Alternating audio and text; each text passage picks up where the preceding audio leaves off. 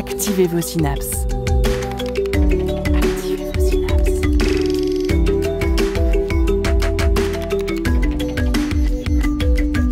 Poussez la porte du Labo des Savoirs et entrez dans un monde de science et d'expérience. C'est le Labo des Savoirs. Les passerelles, les ponts, les rencontres entre le monde des arts et des sciences se multiplient depuis une vingtaine d'années et il est intéressant de constater qu'ils ne cessent de produire de la diversité, tant sur le fond que sur la forme. Livres, résidences, revues, colloques, spectacles, festivals, expositions, voire musées entiers, les initiatives art-sciences se multiplient et pourtant, elles ne se ressemblent pas. Rien d'étonnant à ça, la combinatoire de deux champs aussi vastes que celle des arts et des sciences est sans aucun doute infinie. Alors pourquoi cet appétit de science chez les artistes et pourquoi cette attraction des sciences pour les arts ? Difficile de généraliser au vu de la diversité des approches art-sciences. Bonjour à toutes et à tous et bienvenue dans cette émission en public du Labo des Savoirs au Théâtre Universitaire de Nantes.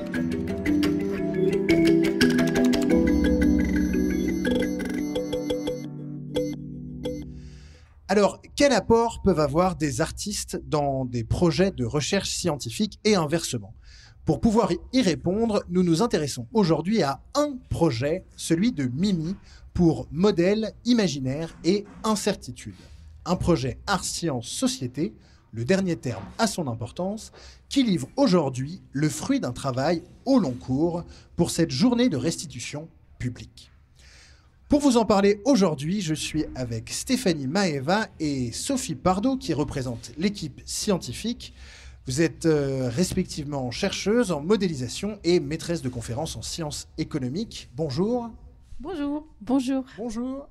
Pour l'équipe artistique, nous avons la chance d'accueillir Marion Thomas, Colline Morange, Perrine Mornay, Jérôme Blin et Jérémy Ramza qui ne peuvent pas dire bonjour parce que la table était trop petite pour leur permettre d'être avec nous tout de suite. Donc ils vous diront bonjour tout à l'heure. C'est parti pour cette nouvelle émission du Labo des Savoirs. On va parler science, incertitude, mer et partage.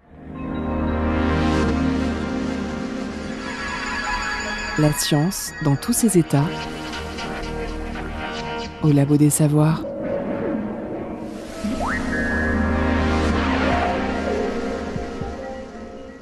Pour introduire nos discussions, je me tourne vers Geneviève Barillet, notre hôte aujourd'hui, qui est responsable du pôle public et développement et qui pilote au Théâtre Universitaire de Nantes des rencontres entre artistes et scientifiques.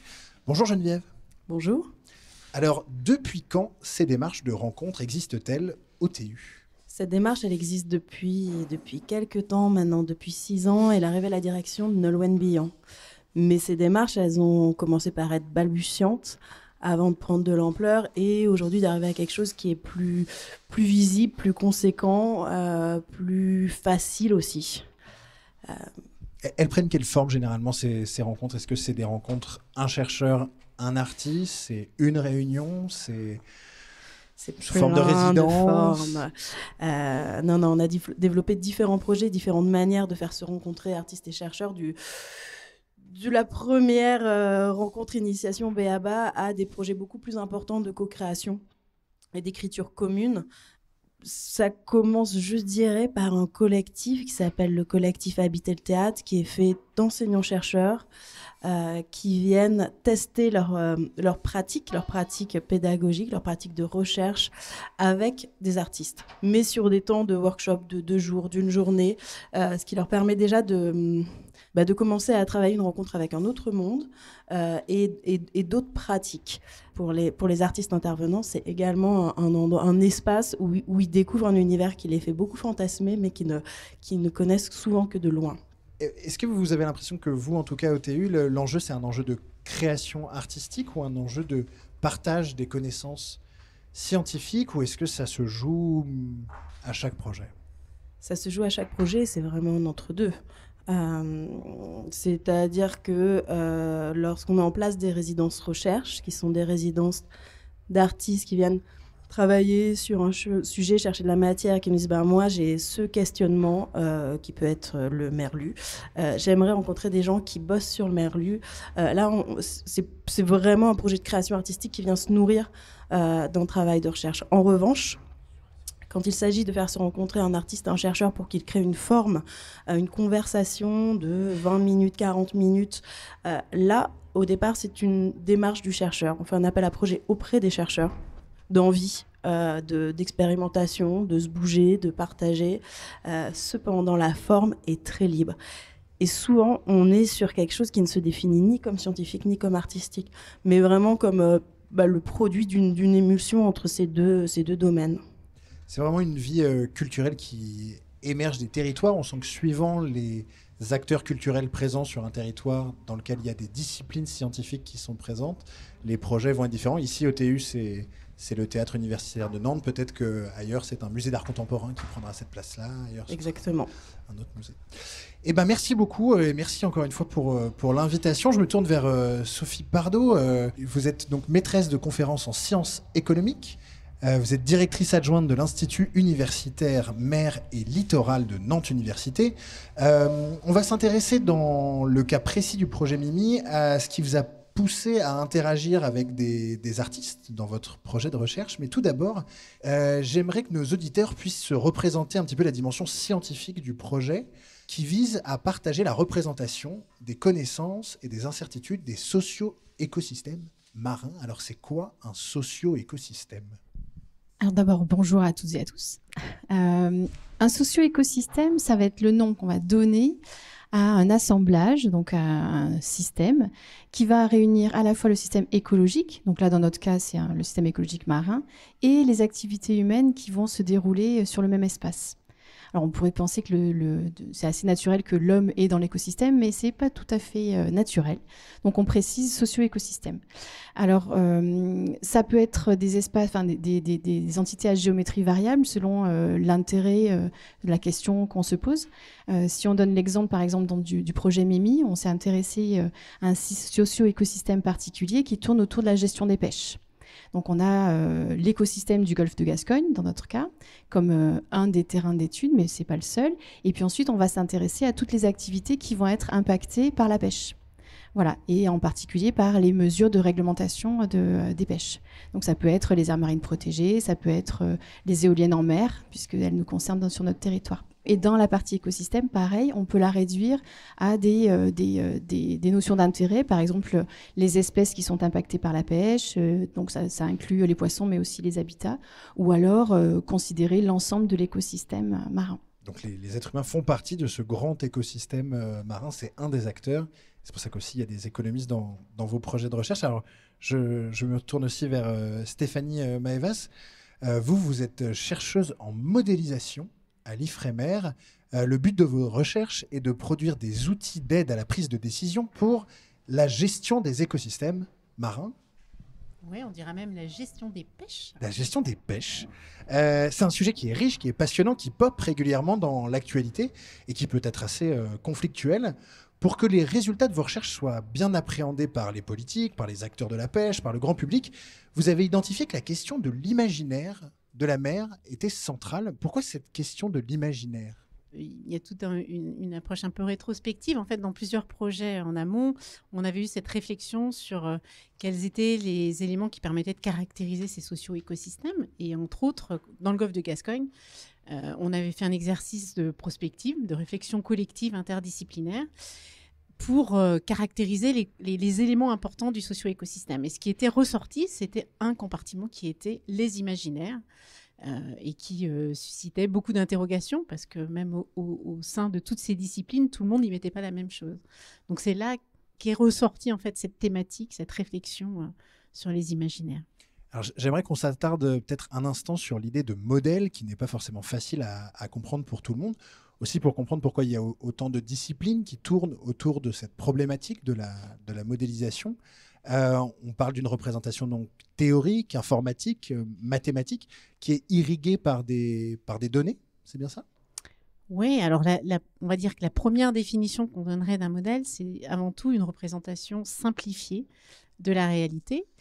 Et alors, on peut en avoir plusieurs modes de représentation. Donc, on en a vu dans le cadre du projet qui étaient d'abord des représentations graphiques, où on illustre en fait ce que l'on imagine, d'où là aussi la notion d'imaginaire. Comment est-ce qu'on se représente un écosystème ou un socio-écosystème marin. Et puis, derrière, il y a aussi des représentations qui sont plus formelles, plus mathématiques, et qui vont permettre de rendre utilisable d'un point de vue quantitatif le modèle, entre autres pour la gestion des pêches. Alors vous, le modèle que vous utilisez ou sur lequel vous travaillez beaucoup, il s'appelle EasyFish et il permet de faire des scénarios de gestion pour se projeter dans le futur. Où se trouve la dimension incertaine dans ces scénarios? Peut-être, Sophie Pardo, c'est l'autre sujet qui a été traité, c'est cette notion d'incertitude. Alors, où est-ce qu'elle surgit dans ce modèle EasyFish? Alors, on va avoir plusieurs types d'incertitudes. Ça va se retrouver à plusieurs endroits. Ça peut être de l'imprécision dans les données. Ça peut être une description qui est partielle. Donc, par exemple, si on reprend l'exemple du golfe de Gascogne, si on ne précise pas tellement le territoire, on le considère comme un tout, évidemment, on va avoir plus de mal à décrire de façon précise l'endroit où se trouvent les poissons, par exemple. Si par contre, on se dit on va quadriller l'espace du golfe de Gascogne en tout petits carrés, et là, on va avoir plus de précision. Donc l'incertitude, elle va d'abord naître de l'imprécision qui est due finalement à la modélisation, à la représentation qu'on va choisir. Une autre forme d'incertitude peut naître de manque de connaissances que l'on peut avoir sur certains éléments de l'écosystème, par exemple. Combien il y a de bébés sols qui naissent chaque année. Bon, bah, ça, on sent bien qu'on ne va pas avoir un résultat qui est certain. Et donc, on va avoir des incertitudes comme ça qui sont liées aussi à un manque de connaissances. Donc, ça peut être un manque de connaissances aussi de processus, c'est-à-dire finalement comment ça se passe, la migration d'une espèce de poisson ou bien l'effet du changement climatique, etc. Donc, on va avoir des types d'incertitudes qui sont liées à ce manque de connaissances dans les éléments du modèle. Alors, on sent qu'il y a une dimension très pluridisciplinaire dans vos recherches. Il y a une dimension économique, une dimension sociologique, halieutique, donc de la connaissance des poissons, de la pêche, la biologie marine, de l'informatique. Qu'attendiez-vous au départ du projet, du regard singulier que pouvaient apporter des artistes, en plus des différents regards scientifiques que vous aviez déjà à côté de vous dans la recherche, qu'ils vous proposent peut-être une voix, des médiums, des adresses différentes au public, Sophie Pardo? On n'avait pas d'attente particulière, en tout cas on n'a pas posé de contraintes particulières aux artistes qui ont rejoint le projet, si ce n'est, et c'était quand même une forte contrainte, le cadre du projet, c'est-à-dire un modèle mathématique qui représente l'écosystème, le socio-écosystème marin. Et donc, mais au-delà des mots-clés, on n'a pas posé d'autres contraintes.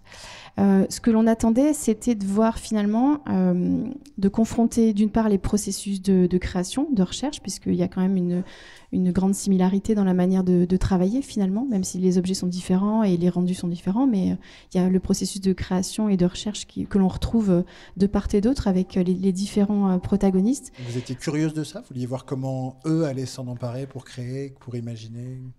Oui, ouais. Ouais, en particulier sur des notions comme l'incertitude, par exemple, qui nous semblait, ou les imaginaires de la mer, puisque c'était le point de départ. C'est aussi une façon finalement de décaler le regard pour nous, de s'obliger à regarder nos objets de recherche différemment, être capable de les partager. C'est pas une mince affaire, hein, on a mis 4 ans à y arriver, on va dire, et encore. Mais voilà, c'était aussi l'idée de se dire comment on se nourrit aussi de notre regard, comment on fait rentrer du sensible dans des choses qui ne le sont pas a priori, quoi. C'était ça aussi pour vous, Stéphanie Maevas, inviter des gens à venir jouer dans votre terrain de jeu qui jouaient pas avec les mêmes règles? Oui, alors jouer dans notre terrain de jeu, je ne sais pas si c'est le terme que j'aurais utilisé, mais en tout cas, je pense que ce que ça pouvait apporter, c'était des éléments de surprise, des éléments qui choquent un peu notre manière habituelle de travailler. On sort un peu de notre milieu académique classique. Et je pense que ça, c'est aussi source d'innovation. Et aussi bien dans notre réflexion de recherche, dans nos démarches, et aussi dans notre manière de présenter notre travail. Je pense que l'idée, là, c'était d'amener une sorte d'étincelle qui peut nous amener, nous, de l'innovation dans notre manière de travailler. Ah ouais, c'est un travail de construction qui se fait au long terme. Vous, ça a été d'ailleurs un travail au long terme avec les artistes. Là, vous voyez le résultat. Ça fait quasiment 4 ans que vous travaillez ensemble et vous voyez que les résultats qu'aujourd'hui, vous êtes impatient de les découvrir? Oui. évidemment. Ou franchement pas tant? Vous pouvez nous le dire, peut-être. Non, si, on est très impatiente et c'est aussi assez marrant de se retrouver dans la situation du public, c'est-à-dire que on a travaillé ensemble pendant 4 ans, on s'est côtoyés pendant 4 ans, mais la nature des interactions fait que finalement on n'a pas construit avec eux leur travail, et donc c'est vrai qu'on est dans l'attente de voir ce que ça donne. Donc oui, c'est très excitant. Ouais, pour compléter, moi ce que je trouve assez extraordinaire, c'est que c'est pas du tout symétrique. Parce que nous, on a joué carte sur table, on leur a fait faire des ateliers cobayes, donc ils ont vu ce que nous on faisait. Mais par contre, nous, on n'a pas du tout vu ce qu'ils ont fait. Et je trouve que déjà, ce qu'on a pu expérimenter ce matin, qui était vraiment plein d'émotions, plein de sensitifs, c'était une super découverte. Eh ben, merci beaucoup pour cette mise en bouche scientifique. Vous représentez un petit peu le sujet que nous traitons. Nous allons demander aux artistes de nous rejoindre pour qu'ils puissent nous présenter leur création. Mais d'abord, je vous laisse avec World of Content de Baraka.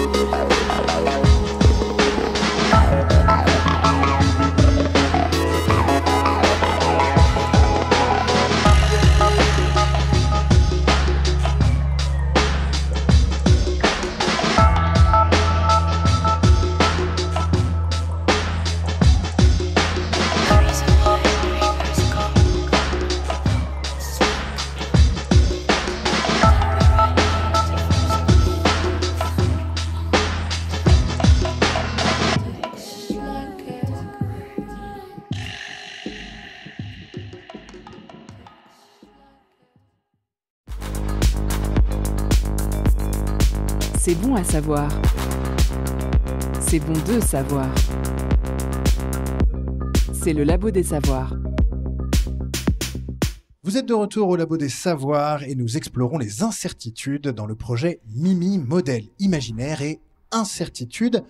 Marion Thomas, bonjour. Bonjour. Vous faites partie des premières à avoir embarqué dans le projet. Vous êtes actrice et metteur en scène.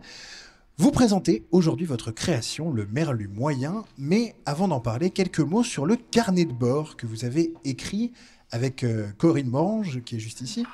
Je ne l'ai pas dit. T'as dit Corinne. Colline. Attends, je le refais.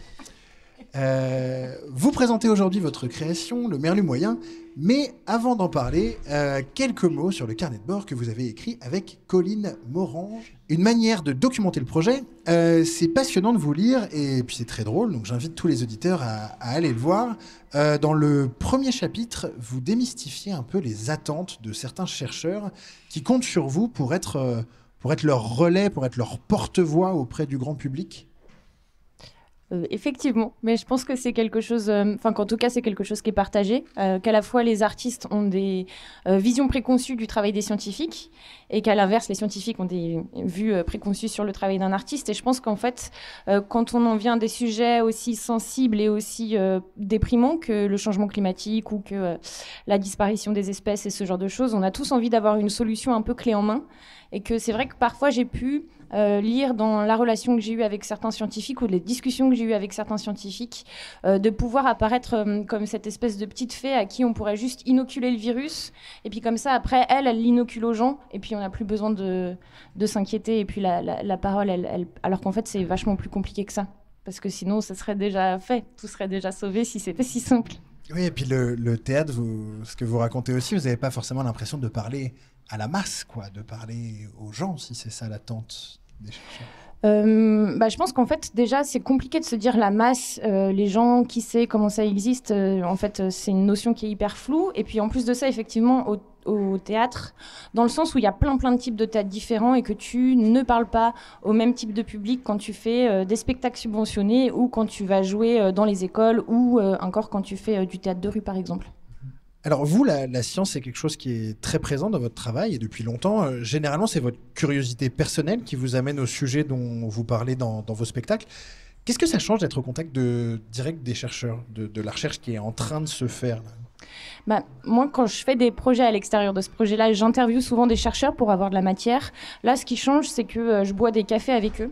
Et en fait, ça change pas mal de choses parce que du coup, on a une relation qui est un peu plus personnelle et donc je peux aussi leur poser des questions qui sont un petit peu à côté et qui sont plutôt que de leur poser directement, comme je le fais d'habitude, des questions sur leur sujet de recherche en propre, de pouvoir aussi leur poser des questions sur la manière dont ils fonctionnent, comment leur processus, et puis aussi des choses qui sont plus de l'ordre de la sensation. Mais par exemple, à ton avis, c'est quoi l'évolution de l'université d'ici 5 ans ou dans 10 ans, ou l'évolution de tel ou tel type de science? Et ça, c'est des questions que je ne peux pas poser aux gens que j'interviewe simplement. Oui, là, c'est un temps assez long. Souvent, les rencontres art sciences, ça se fait sous forme de résidence dans un laboratoire ou de rencontres, mais en tout cas sur un temps assez court. Là, c'était quand même un travail au long cours. Vous avez passé quasiment 4 ans à en discuter. Est-ce que vous avez trouvé que c'était trop long ou trop espacé, trop dilué dans le temps, trop... On a eu une contrainte très forte, comme à peu près l'ensemble de la société, qui s'appelait le Covid-19. Donc, qui fait que ça a complètement virtualisé nos relations pendant un long temps. Donc ça, c'était compliqué parce que du coup, quand c'est virtuel, pour le coup, les cafés, les pains au chocolat, les chouquettes, ça disparaît complètement. Et donc... c'était, je pense que ça l'a été pour tout le monde, mais en tout cas dans ce projet-là, le fait de ne pas pouvoir rencontrer les gens, c'était vraiment hyper dommage parce que ça essentialisait beaucoup nos relations, nos discours, nos rencontres. Alors, ce qui est intéressant, c'est que vous avez tous éclairé de manière complètement différente le thème du recherche. Je le rappelle, c'est la modélisation des socio-écosystèmes marins pour élaborer des stratégies de gestion de pêche. Hein, on est là-dessus. Avec un angle très différent. Vous avez fait une rencontre inattendue. Vous avez fait une rencontre avec un merlu. Oui, alors moi, j'ai pas parlé trop des écosystèmes, des socio-écosystèmes marins et de modélisation. J'ai plutôt fonctionné un peu par... en fait, il y a des phrases qui ont été dites parfois pendant des réunions ou pendant des discussions que j'ai eues avec des gens et qui m'ont vraiment provoqué je sais pas comment on dit, mais genre des blasts un peu, quoi, des trucs qui me sont vraiment restés dans la tête. Et c'est sur ça que je suis partie. Il y a une autre expression aussi que j'ai entendue dans une des réunions avec les scientifiques. Et je pense que si un jour je fais un groupe de rock, je l'appellerai comme ça. Et cette expression, c'était biodiversité non charismatique. Et ça, c'est Et ça, c'est quelque chose qui est resté gravé dans ma tête. Et c'est sur ce genre de petites choses plutôt que je suis partie. Et donc ça s'applique au merlu, c'est de ça dont vous parlez, sa biodiversité non charismatique? Ouais, mais je peux pas en dire plus. Vous pouvez pas en dire plus, on garde pour le spectacle de ce soir. On peut peut-être en écouter un tout petit extrait. Une hypothèse, c'est qu'il y a tout simplement rien à dire sur le merlu. Peut-être qu'il passe juste sa vie à chasser, se reposer et chercher des partenaires sexuels quand c'est la saison. Comme une sorte de machine qui ferait toujours la même chose. Et ça m'a fait penser à un livre sur le comportement des grands singes que j'ai lu il y a super longtemps. Et c'est un livre écrit par Thelma Rowell, une primatologue qui depuis plusieurs années étudie un troupeau de moutons. Et dans ce livre, elle dit qu'elle a pris cette décision après avoir pris conscience de ce qu'elle appelle le scandale hiérarchique. Elle dit que si les grands singes sont intelligents, c'est peut-être parce que c'est nous, les humains, qui leur avons posé des questions intelligentes. Elle dit que plus un animal nous ressemble, et plus on aura tendance à lui prêter des compétences sociales et cognitives sophistiquées. Et plus on va lui poser des questions complexes. Les autres, qu'on considère comme plus primitifs, avec des hiérarchies simplistes, des modes de vie très monotones et complètement déterminés, auront moins de chances d'attirer notre attention. Comme par exemple les moutons ou les merlus.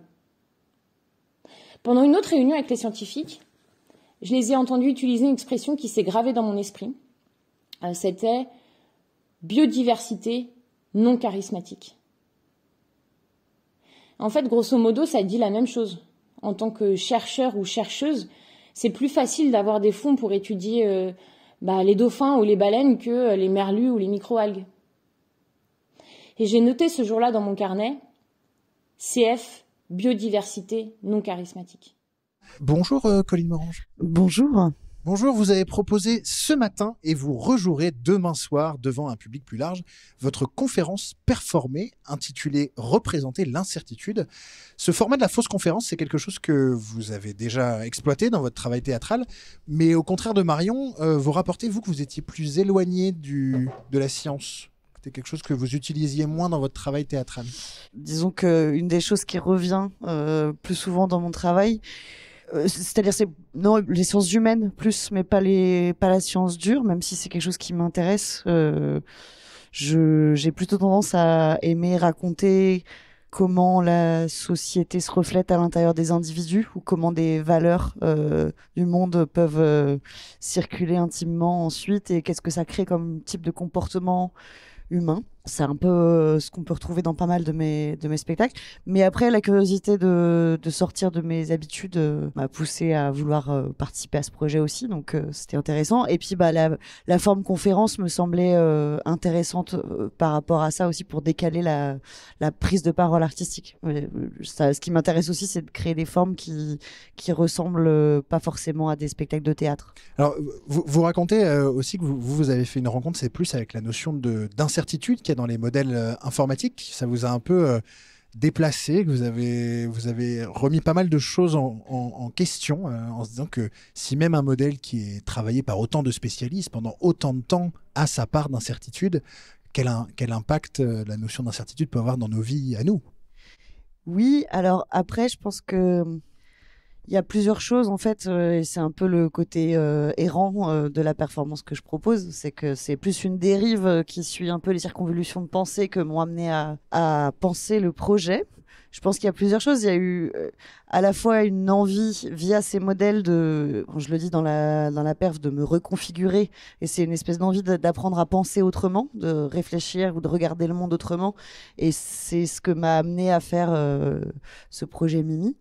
Et donc c'est ça que j'avais envie de partager aussi, avec cette idée d'aller carrément au bout, d'adapter ce modèle à ma propre vie. Et après, la notion d'incertitude, c'est juste qu'elle était tellement pas abordée de la même manière dans les modèles que dans ma façon de me représenter le monde, que du coup j'avais l'impression d'un champ de réflexion ou de regard sur la réalité qui s'ouvrait, et je trouve ça toujours intéressant de décaler de se décentrer de son habitude de penser, de son habitude de regarder le monde, même si on capte pas tout, ça ouvre des portes imaginatives que je trouve intéressantes. Alors Sophie Pardo en parlait tout à l'heure, vous avez un processus de recherche qui peut être un peu assimilé à celui de la recherche scientifique, même s'il peut être de nature très différente. En tout cas, généralement, il est quand même plus solitaire, non, la voie pour élaborer son projet artistique. Est-ce que là, entre vous, vous êtes tous des artistes assez différents, qui ont même des disciplines assez différentes? Est-ce que vous avez eu des temps en commun pour créer? Je sais que j'ai insisté un peu à un moment pour dire que ce serait bien qu'on ait un workshop tous ensemble, parce que la temporalité des réunions, on se retrouvait vraiment par réunion pendant les 3 ans, et avec plein d'infos qui nous arrivaient, et pas forcément le temps ensuite de se plonger dans cette réflexion-là. Donc c'était intéressant de se retrouver pendant 2 jours à échanger sur nous, ce qu'on percevait de tout ça, et de pouvoir rebondir les uns sur les autres. Alors après, par rapport à la question que vous posiez, C'est pas forcément un processus solitaire, la recherche artistique. Ça dépend pour qui, mais je sais que c'est quelque chose que j'expérimente beaucoup au plateau avec des interprètes aussi. Donc là, j'avais plus l'impression de solitude parce qu'on n'était pas tous aux mêmes temporalités en fait. Et c'était ça qui n'était pas forcément évident. C'était le fait qu'on soit pas tous aux mêmes temporalités en même temps. Et je trouve que c'était intéressant de pouvoir, là, par exemple, dans ce workshop, se dire, bah tiens, toi, t'en es là, moi, j'en suis là, et d'échanger sur nos avancées, ou d'être plusieurs à rechercher en même temps au même endroit. Et ça, je trouve que ça apporte beaucoup, en fait, en termes de rebond, de tiens, t'en es là, ça me donne cette idée. Ah, c'est vrai que j'avais pas abordé la chose comme ça. Ça crée aussi une espèce d'ébullition, en fait, que je trouve intéressante. Alors, Perrine Mornay, vous étiez aussi en capacité d'utiliser la parole et les mots pour rendre compte de ce projet. Une main pour l'homme, une main pour la mer. Vous présentez une forme hybride dans laquelle vous prenez la parole, accompagné de musiciens, mais aussi vous la donnez à des pêcheurs, à une économiste, à une aliote et à une sage-femme. On sent dans le titre et dans votre proposition artistique une envie de faire du lien. C'est ça, vous, qui vous a accroché à la fin dans ce projet de recherche, réussir à lier les différentes personnes impliquées dans ce... C'est pas comme ça que je l'ai vu, mais il s'est passé des liens. Mais voilà, c'était pas ça le moteur premier. Non, j'avais envie de mélanger les choses parce que j'ai l'impression qu'en fait, parfois, on a, je sais pas comment dire, des espèces de cailloux, on bute sur des choses, on a beaucoup de questions en commun avec des chercheurs, des chercheuses, des pêcheurs, des pêcheuses, et voilà, et que cette sensation de l'incertitude, qui est aussi une donnée scientifique, elle peut être vue de plein de façons. Donc j'ai ouvert, voilà, j'ai rencontré pas que des pêcheurs et des pêcheuses, et pas que des chercheurs et des chercheuses. Et vous les avez interviewés? Ça fait partie du Alors, je me suis donné une règle du jeu qui était de dire que en marchant, on parlait mieux. Et le principe que vous allez entendre, c'est que j'ai proposé de faire des marches à ces personnes que j'ai contactées de jour, de nuit, dans des endroits différents, plus ou moins proches de la mer. Et voilà. Et donc, c'est le résultat des extraits de ces marches. Alors, c'est vraiment des extraits. C'est-à-dire que le moment même de la marche, ça reste entre les personnes et moi. Et puis là, vous allez avoir des petits bouts, quoi. Donc, c'était aussi des moments très denses. J'ai commencé à pêcher en 1973. J'avais 23 ans, je suis né en 50. C'est facile, avec ça, c'est simple. J'ai pêché 10 ans sur ce caseilleur et 20 ans sur le filet, c'est 30 ans. Donc 23 ans et 30, 53 ans. En 53 ans, tu peux même pas t'imaginer ce que le métier a évolué. Tu peux même pas t'imaginer. Mais c'est allé tellement vite. Alors on peut prendre après tranche par tranche. Niveau sécurité, niveau navigation, niveau bateau, niveau homme, d'abord. Alors, petite question, là on vient d'entendre un pêcheur, on voit bien le rapport avec le sujet. Pourquoi êtes-vous allé interviewer une sage-femme? Alors, j'ai interviewé une sage-femme parce qu'elle faisait pour moi plein de choses. Elle avait un rôle qui était de parler de quelque chose qu'on ne voit pas forcément, même si on le voit de plus en plus, mais de regarder à l'intérieur. Et que dans cette histoire de modèle, il s'agit aussi de faire parler des choses qu'on ne voit pas forcément. Voilà. Et que pêcher, c'est aussi aller chercher des choses qu'on ne voit pas forcément. Enfin voilà, donc il y a un rapport entre le visible et l'invisible. Et ma foi, j'ai pas vraiment de réponse à votre question parce que je me fais confiance sur les intuitions. Et je me suis dit que voilà, cette personne-là, qui en fait, c'est pas juste une sage-femme, c'est une personne que je connais, elle avait des choses à dire là-dessus. Et puis voilà, que c'était l'occasion d'expérimenter cette règle du jeu. Et je crois que ouais, le lien, plus on ouvre, mieux c'est en fait. Voilà. Alors, est-ce que la matière scientifique qu'on vous a tendue a été facile à saisir au départ, quand on vous a parlé du modèle, quand on vous a parlé de tout ce jeu de représentation et qu'on vous le présentait comme terrain de jeu? Est-ce que ça a été facile attraper ce sujet? Non, c'est très complexe parce que c'est un vocabulaire, c'est des concepts, donc voilà, c'est abstrait. Il faut tenter de se représenter ces concepts. Et je pense que c'est aussi pour ça que j'avais besoin d'aller dans la matière première qui était la pêche et de m'intéresser à cet univers, à ce métier, à ces métiers. Et j'avais besoin de ce lien avec ces données réelles, en fait, de ce rapport à la réalité. Et vous avez discuté incertitude avec les pêcheurs? Complètement, oui. Ils vous ont parlé de quoi? Ça leur évoquait quoi aux pêcheurs, l'incertitude? On va spoiler la suite alors. Ils m'ont beaucoup parlé du climat, les pêcheurs. Ils m'ont beaucoup parlé de la ressource. Ils m'ont beaucoup... j'en ai pas vu non plus 40 000. Et puis, il y a des hommes et des femmes. Mais voilà, ils m'ont parlé de la difficulté de leur métier, de la vulnérabilité avec laquelle ils travaillaient, des vulnérabilités et aussi... voilà, de l'aspect aussi politique qui est au cœur de la durabilité de leur travail. Et voilà. La question des imaginaires est arrivée dans les questionnements scientifiques parce qu'ils se rendaient compte qu'ils n'avaient pas forcément tous les mêmes représentations, et la dimension objective d'avoir un partage de représentations communes dans le monde de la science, c'est quelque chose de très intéressant et très important pour produire des résultats communs. Vous êtes allé chercher au contraire la diversité des représentations du monde, la diversité des regards, c'était ça qui vous intéressait?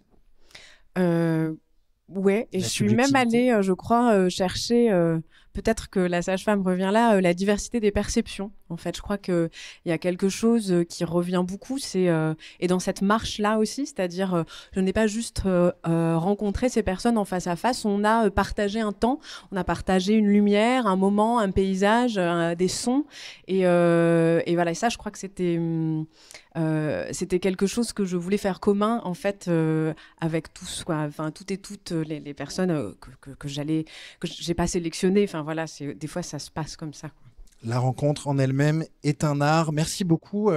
Pour aller vers la dernière partie de cette émission, Jérôme Blin. Jérôme Blin, bonjour. Bonjour.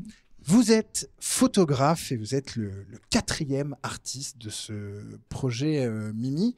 Vous êtes aussi, comme Perrine, parti sur le terrain à la recherche de la matérialité qui se cache derrière ce modèle, parce qu'au départ, ce qu'on vous a montré, c'était pas des bateaux et des pêcheurs, c'était un ordinateur en fait. En tout cas, ça s'affichait sur un ordinateur, ouais. Et ça m'a pas mal posé de questions quand même, ce fameux modèle. Parce que derrière, j'y mettais du coup une machine et finalement peu d'humains. Ça, c'était vraiment mon point de départ. Et après, à partir du moment où j'ai mis les pieds à l'Ifremer, que j'ai discuté beaucoup avec Stéphanie, etc., je me suis évidemment rendu compte qu'il y avait beaucoup de données qui rentraient dans cette machine. Et j'ai voulu du coup montrer un peu l'arrière-boutique. La plupart des gens du coup voient que le modèle sur leur écran, mais il y a quand même du coup une machine qui travaille derrière pour donner des données en temps réel ou presque. Et il y a aussi tous les chercheurs, mais aussi les pêcheurs, etc., qui amènent de la donnée à cette machine, qui me paraît être un peu un ogre, quelque part. Et donc, je suis allé à Brest, entre autres, photographier le supercalculateur. Datarmor. Datarmor, waouh! C'est un peu flippant.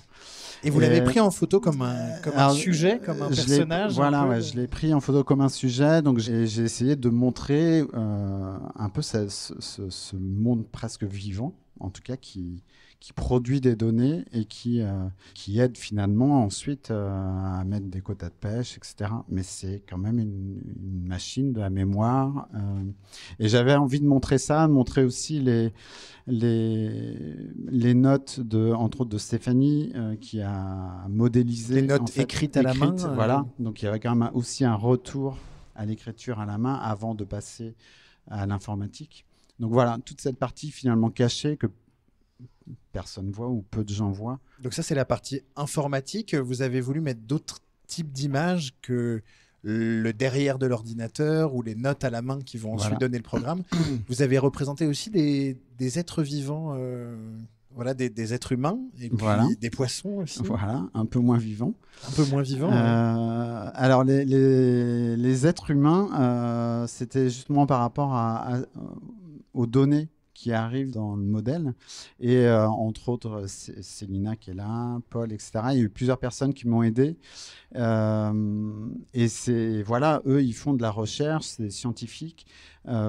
Pour ensuite analyser, entre autres, par exemple, une partie du poisson. Et ça amène de la donnée qui rentre dans ce modèle-là. Donc, c'était aussi toute cette partie, même des instruments de mesure qui sont maintenant obsolètes. Mais, oui, on voit comme des espèces de missiles, de fusées, on ne sait pas bien, de mini-sous-marins. Voilà, et ben, c'est pour récupérer du plancton. Et on voit aussi des magnifiques photos de plancton. C'est sûrement un des montages principaux de l'exposition. Magnifique. Des planctons blancs sur fond noir. Comment vous êtes arrivé à cette forme très, très graphique du plancton? Alors là, c'est en discutant avec Jean-Baptiste, donc pareil, à l'Ifremer, le spécialiste du plancton depuis 10 ans, plancton animal en plus. J'ai forcément pas tout compris, hein, mais n'empêche que c'était quand même super intéressant. En fait, il m'a montré des scans d'eau de mer. Donc, ils ont un scanner étanche, ils scannent de l'eau de mer et donc on voit le plancton qui apparaît forcément. Et en le voyant, c'était du coup l'eau de mer était plutôt blanche et le plancton noir. Et en le voyant, je me suis vraiment fait la réflexion. Je me suis dit, mais c'est comme un ciel étoilé inversé. Donc je me suis dit, on sait que les fonds marins, on est dans le noir complet. Donc j'ai récupéré ces scans et je les ai passés en négatif pour retrouver, on va dire, cette voûte céleste. Et c'était aussi, parce qu'à un moment donné, quand j'ai vu la modélisation sur papier, je me suis dit que ça allait être aussi mon nouveau territoire de recherche. Et avec lui, on a essayé de pointer les incertitudes, il y en a des milliers. Mais entre autres, il y a cette histoire de plancton qui, dernièrement, depuis quelque temps, il est toujours aussi nombreux dans l'eau, mais il est moins nutritif. Donc le plancton moins nutritif, les sardines sont moins grosses, les anchois sont moins gros. On imagine la suite, la baleine est moins grosse. Et donc je trouvais ça assez intéressant de pointer cette incertitude, puisque pour l'instant, a priori, il n'y a pas de données encore scientifiques qui dit pourquoi il est moins nutritif. Le climat, a priori, il serait pas loin, quand même. Mais voilà, donc c'était une incertitude parmi d'autres. Mais voilà. Et puis, il y avait un effet visuel très direct et je trouvais assez beau dans ce rapport ciel-mer. Voilà. C'est vraiment formidable de pouvoir avoir vos différents projets et le contenu scientifique parce qu'on peut vraiment voir le regard d'individus, ce qu'ont proposé Colline et Marion, le regard croisé de personnes que vous êtes allés chercher, Perrine, et puis là une réalité physique de ces modèles que vous pouvez rendre compte avec la photographie. C'est extrêmement complémentaire. Alors on va finir avec la partie qui est peut-être la moins narrative de l'ensemble de ces créations avec vous, Jérémy Ramsac. Jérémy Ramsac, bonjour. Bonjour. Alors, vous êtes musicien et c'est vraiment votre processus créatif qui a été impacté par la participation au projet Mimi. Pour votre création Delta, vous avez introduit l'élément marin et la notion d'incertitude dans votre recherche sonore. Comment est-ce que vous avez procédé pour cette création ? Alors, j'ai d'abord passé beaucoup de temps à m'interroger sur le pourquoi du comment dans ce projet-là. De la vie, de l'univers. Au départ, c'était quand même un projet sur les imaginaires de la mer, donc ça résonnait beaucoup plus. Quand ça s'est recentré sur le projet Mimi, il a fallu trouver une accroche là-dessus. Et c'est vrai qu'on a été... c'était une préoccupation, c'était une de mes préoccupations, mais j'étais pas le seul à aller chercher quelle était la matière première dont on pouvait se saisir dans un projet comme celui-là, où au final il y avait beaucoup de discussions, où on voyait des PowerPoint avec des modèles sur des ordinateurs, et je me demandais comment, voilà, en tout cas de quoi j'allais pouvoir me saisir pour que ça fasse sens et pour moi et pour le projet. Mais j'ai mis pas mal de temps à comprendre ou à à comprendre que c'était pas la même chose, l'incertitude et l'aléatoire, en tout cas qu'il y avait un truc à creuser là-dedans. Je me suis interrogé sur est-ce que l'incertitude c'est de l'inconfort pour les gens qui la subissent, comment ces choses-là on peut les retranscrire à travers de quelque chose qui n'est où il n'y a pas de parole, pas d'image, enfin voilà comment on peut travailler cette matière-là.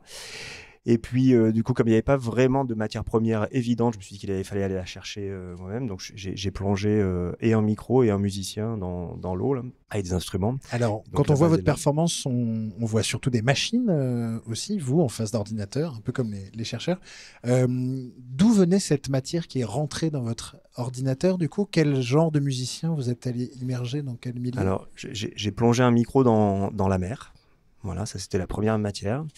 Et j'avais même au départ imaginé de pouvoir, parce qu'il y a plein de laboratoires ou de bioacousticiens qui travaillent déjà sur cette matière sonore, qui vont piocher. Mais le chant des poissons par exemple, mais plus. Alors, ce que j'ai pu en écouter moi, il y a des choses comme ça très artistiques, mais il y a souvent beaucoup de bruit qui est filtré après par des machines pour aller en chercher des informations pertinentes scientifiquement, mais qui n'est pas du tout pertinente pour une performance musicale. Donc je suis allé enregistrer les bruits sous-marins là, depuis le bord. Je ne suis pas monté sur un bateau ni dans un sous-marin. J'ai vraiment jeté un micro comme on jette une ligne.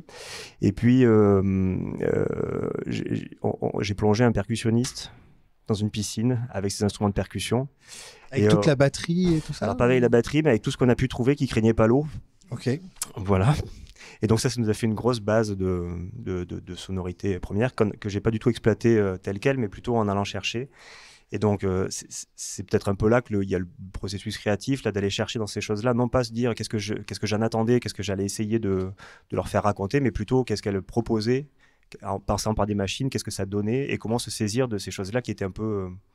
c'est pas généré, mais en tout cas aller chercher dans le détail ou dans le fond des sons, qu'est-ce qui se cachait, et qu'est-ce qu'on pouvait exploiter pour en faire une mélodie, une ambiance, enfin voilà, tout ce qui fait un morceau de musique. Vous êtes allé chercher aussi du côté de l'immersion, la performance que vous proposez est spatialisée, c'est vraiment une des parties de cette création artistique, d'avoir le son qui nous entoure et qui nous englobe? Alors c'était pas du tout l'idée de départ, hein, de faire ce travail-là, mais c'est vrai qu'en travaillant sur la matière sonore et regardant comment elle se déployait dans l'espace, et puis en la faisant un peu écouter, je me suis dit que c'était une bonne idée d'immerger l'auditeur un peu plus profondément. Et ça simplifiait aussi, enfin ça simplifiait. En tout cas, ça donnait du sens à certaines choses qui, frontalement, en avaient moins ou étaient plus difficilement distinguables. Voilà. Est-ce que vous avez essayé d'aller chercher des émotions dans ce qu'on vous racontait sur la mer, sur les modèles, dans cette dimension scientifique où généralement les chercheurs se tiennent à une distance assez respectable de cette dimension émotionnelle de leur recherche? La musique est vraiment un langage émotionnel, donc... Comment est-ce que vous êtes allé la chercher en vous? Est-ce que vous êtes allé la chercher en mer? Est-ce que vous l'avez quand même trouvé chez les chercheurs? Alors, j'en sais rien. Je sais pas. Je me suis pas posé cette question-là. Mais ce qui est sûr, c'est que forcément, ça génère forcément des émotions plus que un rapport scientifique. Quoique, j'en sais rien. En fait, il y a des scientifiques qui doivent avoir des émotions face à un beau rapport. Voilà, ça peut faire quelque chose. Voilà. Mais c'est de la musique instrumentale. Moi, je fais beaucoup de musique instrumentale. Voilà. Et au final, j'aime bien l'idée qu'a priori, elle raconte rien, même si au final, c'est pas complètement vrai pour celui qui l'a fait, mais que chacun puisse se saisir de ça et se raconter un peu sa propre histoire avec ce qui est proposé.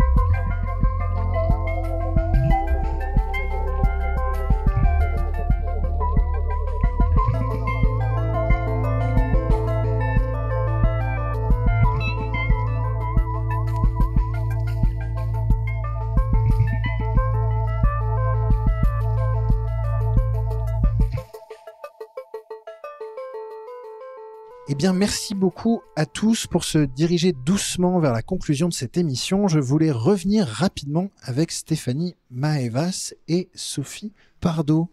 Alors, au début de cette émission, nous avons parlé de vos intentions de départ qui étaient très ouvertes. Le rendez-vous que vous avez proposé aux artistes était très, très ouvert.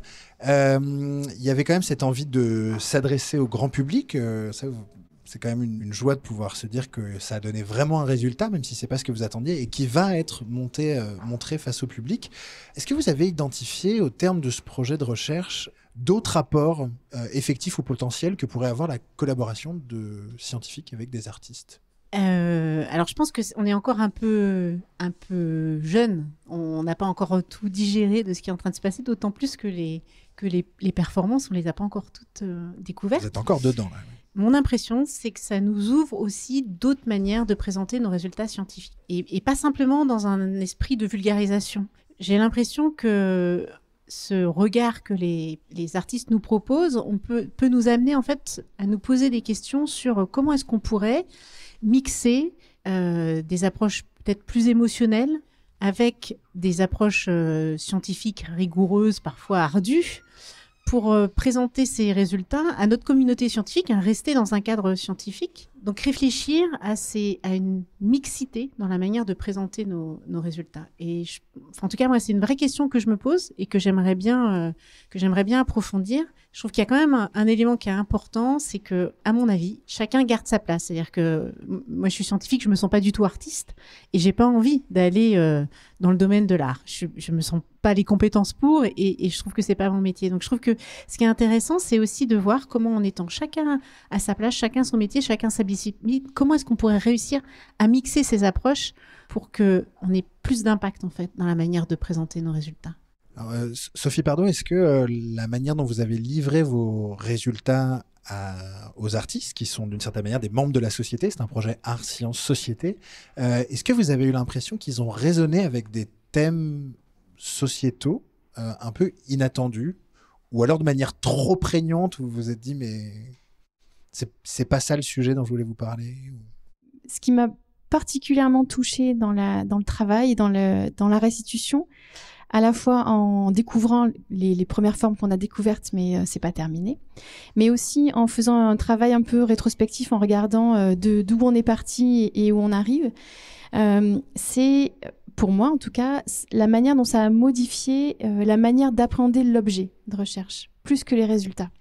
Peut-être parce que je suis pas à Lyote et que dans ce projet-là, moi j'étais un petit peu aussi à côté du cœur du projet. Mais je trouve que c'était extrêmement intéressant cette manière d'élargir la vision de l'objet de recherche initial. Alors en introduisant du sensible, du vivant, etc. Et aussi finalement sur la notion même, sur le mot-clé qui était extrêmement important d'incertitude, où chacun et chacune d'entre eux sont allés visiter, explorer des endroits qui n'étaient pas prévus dans le projet. Puisque on se concentrait au départ sur un modèle, avec la volonté quand même, puisque vous l'avez précisé, c'est un projet Art, Sciences, Société.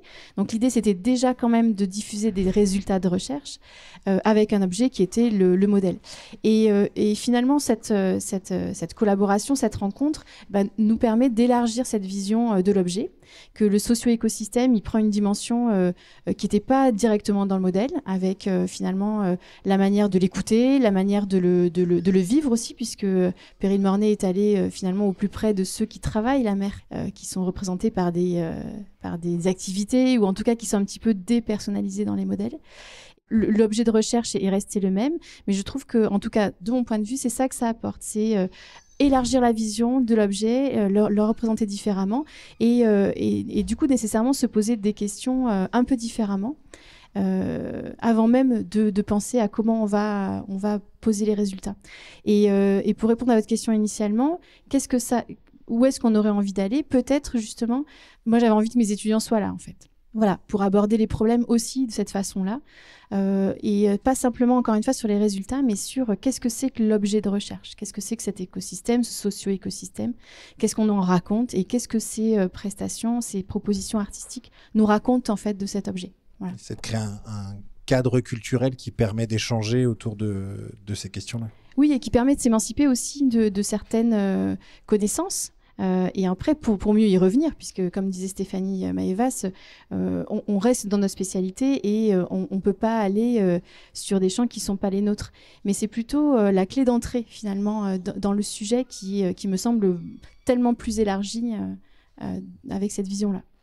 Est-ce que vous en ressortez avec une envie de peut-être poursuivre ça tout au long de votre carrière, des rencontres avec des artistes, que ce soit quelque chose qui reste un peu... On a beaucoup entendu dans la bouche des artistes des moments de difficulté face à la connaissance scientifique. Est-ce que vous avez senti des moments de difficulté face au travail artistique? C'est aussi quelque chose auquel il faut s'habituer, auquel il faut comprendre le processus? Il y a aussi quelque chose comme ça? Je pense qu'on n'avait pas effectivement les mêmes temps de travail et qu'il y a beaucoup d'invisibles, j'ai l'impression. Et bon, ça, je sais que pour moi, c'était un élément qui me posait question. Il y a eu des difficultés aussi peut-être dans les échanges parce qu'il y a des attentes de nos partenaires qui étaient, alors je pense aux autres scientifiques, je pense aussi aux partenaires du domaine de la pêche. Et ces échanges-là, on a vu une vraie évolution au cours du projet, hein, et donc une sorte il y a eu plus de facilité dans les échanges et moins de peur dans ce que ça pouvait apporter. Donc voilà, c'est ça, je trouve que ça c'était un truc assez génial dans le projet, cette dynamique positive, et on peut espérer que dans des projets à venir, on puisse réitérer l'expérience et réavancer un peu ensemble là-dessus.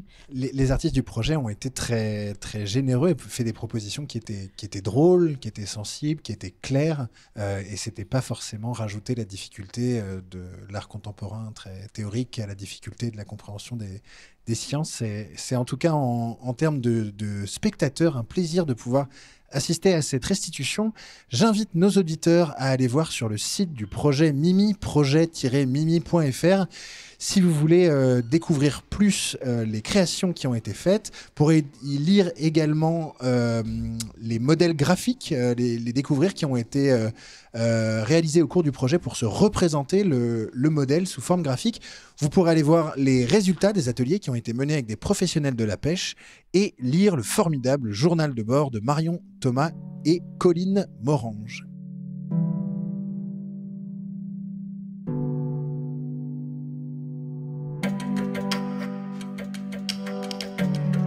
C'est déjà la fin de cette émission. Merci beaucoup d'avoir suivi cette émission du Labo des Savoirs aujourd'hui. Merci à tous et à toutes. Merci aux artistes, aux scientifiques d'avoir partagé avec nous leurs créations drôles, sensibles et éclairantes. Merci au Théâtre Universitaire de Nantes pour l'accueil, ainsi qu'à Dounia 16 à la réalisation aujourd'hui. Vous pouvez retrouver cette émission ainsi que toutes les autres du Labo des Savoirs en podcast et sur votre application favorite. Rendez-vous la semaine prochaine pour une nouvelle émission du Labo.